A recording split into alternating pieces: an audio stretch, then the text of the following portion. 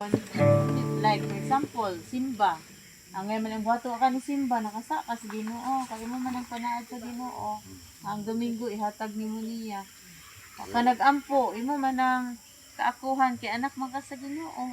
Na ba di ay ginikanan og anak nga di magtingganay, di man na normal. Kung anak ka sa Ginoo, magistoryahan na jud mo. Nya ang pagistorya sa Ginoo pinaagi sa pagampo. Istorya ta niya, siya motubag O sa pulong sa Ginoo, pagbasa. pulong. Wala may communication nga usara. One good mo text ka nya di ka replyan, di ba masuko ka?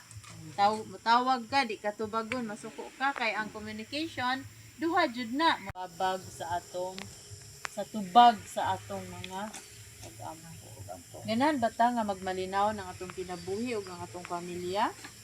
Ang tubag naa sa Ginoo.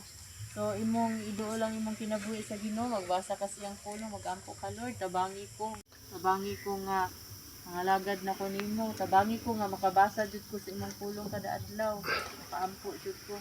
Siguro kung inana malipay jud ang Ginoo, mo panalangin jud siya sa atong kinabuhi. Amen ba? Amen. Amen. Ang inyo Hinoong ni Kalapasan Maoy 3:23.